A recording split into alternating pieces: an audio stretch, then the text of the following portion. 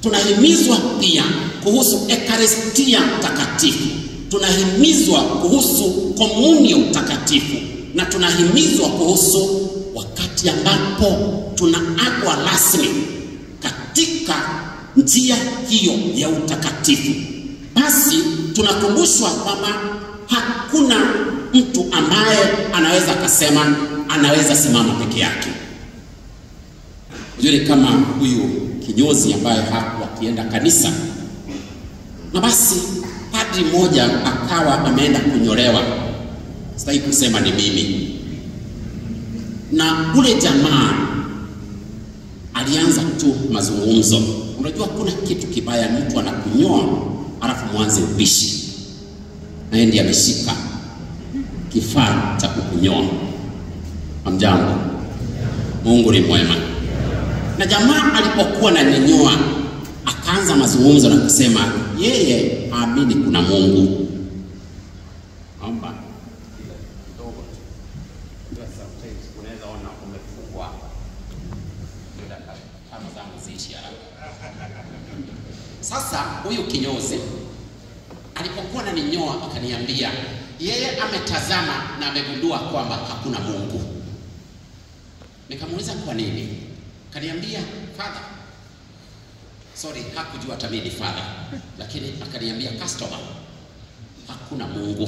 Kwa sababu kama kuna Mungu, ni Mungu gani huyu ambaye anaweza kaachilia mtu anauza barakoa wakati wa maandamano na amekaa kando, hajaweza kuunganika na wengine, halafu baadaye wale ambao wanapaswa kumlinda wamekuja na bunduki na wameanza kumshambulia, na mwisho wa yote jamaa triggers the gun and shoots that guy on the head. Mungu alikuwa wapi?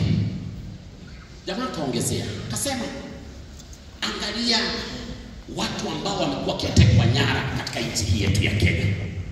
Mungu ako wapi kuzuia hawa wasitekwe nyara na hawa watu ambao wamejizoesha kuteka wengine nyara?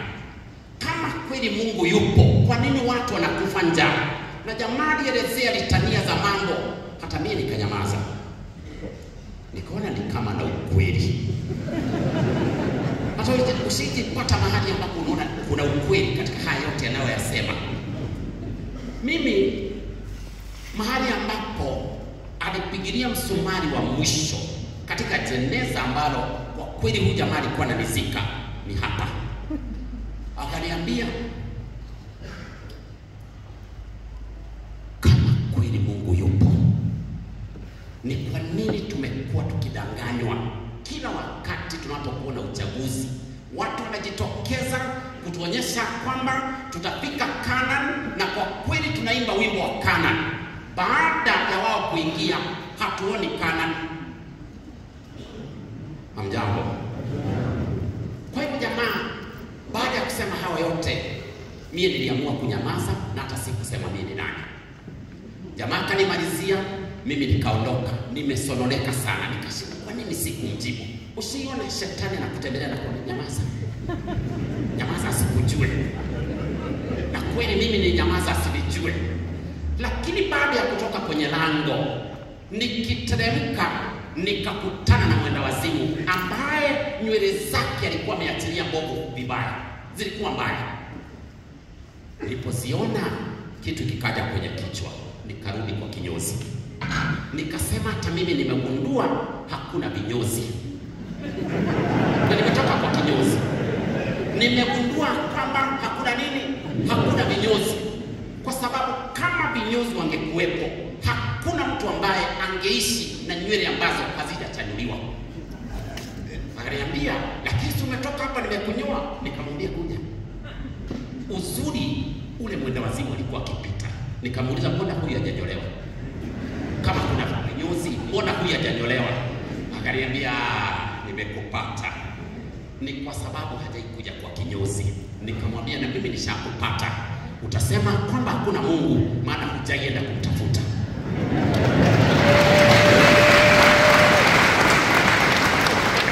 And that is the same thing that applies to the Eucharist. Mwenyezi Mungu hajilazimishi kwa mtu.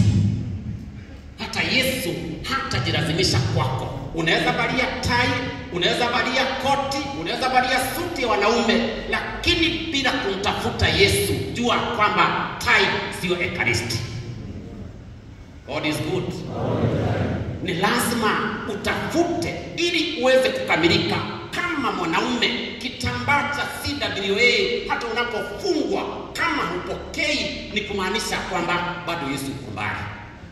Amka, tukaribie Yesu, huyu ambaye anajitoa mhanga. Na ndio tumesikia kwamba akachukua, akabariki, akaumega, akawapa wanafunzi. Alichukuliwa wapi Yesu Kristo? Tunarudishwa katika shamba la Getsemani. Yesu alichukuliwa katika shamba la Getsemani. Yuda aliposema kwamba yule nitakayembusu huyo ndiye, mbona hakubusu Petro? Kwa sababu Petro si Mungu. Mbona hakubusu Simoni Mzerote? Kwa sababu sio yeye. Yeye alijua Mungu ni nani. Huyu ambaye ameshuka kutoka mbinguni, huyu ndiye ambaye atakuja kuchukuliwa. Kwa hivyo tunaposema kwenye misa akachukua, kwa hivyo Yesu alichukuliwa katika shamba la Getsemani. Yesu akabariki, akavunja.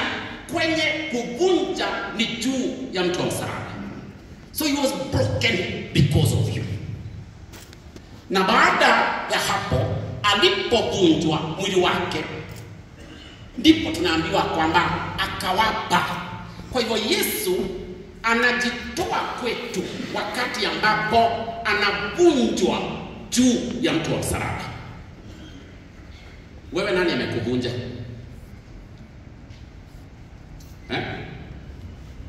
Nani amekuvunja? Mungu ni mwema. Wajua kuna huyu jamaa ambaye aling'ang'ana na askofu na akamwambia, ninyi wa Katoliki mtatuonyesha mambo. Ninyi mnatuambia namna gani ati ya kwamba Yesu huyo amo kwenye mkate? Mkate unawezaje kuwa mwili wa Yesu? Kamwambia ni rahisi. Akasema kivipi? Kamwambia, wewe ulipozaliwa ulijua kutafuna? Akasema hapana. Ulijua nini? Mjama. Nina uhakika mtaniambia venye hata mimi nimefikiria mnataka kusema. Kila mtu anajua venye akiwa mdogo tulinyonyeshwa, si ndio? Tulinyonyeshwa. Akaulizwa, ni mara ngapi wewe umekatwa mkono maziwa ikatiririka? Inageukaje kuwa mwili na damu? Akasema, mimi sijui. Kaambiwa, hivyo usivyojua ndivyo Yesu basi anageuza huo mkate unakuwa mwili wake. Because you cannot tell. Umekula githeri, umekula ugali, umekula machungwa, lakini hii yote inabadilishwa. Kama mwili unaweza ukabadilisha, mbona Yesu asibadilishe ule mkate uweze kuwa mwili wake? Na jamaa akaona ya kwamba, akasema basi nauliza anatoshiaje katika hapo kamkate kadogo? Akaambiwa ni rahisi. Tazameni ile TV. Unaona vile inatosha? Imetoshiaje kwa jicho lako? Akaulizwa, kama TV ilivyo kubwa hivyo imetoshea katika jicho lako, hata Yesu anaweza akatoshea kwenye huo mkate mdogo, kwa sababu yeye ni Mungu na mtu kweli. Jamaa kaona kitu hawezi nishinda. Kauliza, basi ni kwa nini tunazungumzia na kusema kwamba wakati misa inaadhimishwa hapa, inaadhimishwa kwingine na kwingine, huko kwote Yesu wapo? Kaambiwa ni rahisi. Yule askofu akachukua kioo, akamwambia, jitazame. Si unajiona ukiwa mzima? Kwa sababu kioo ni kimoja.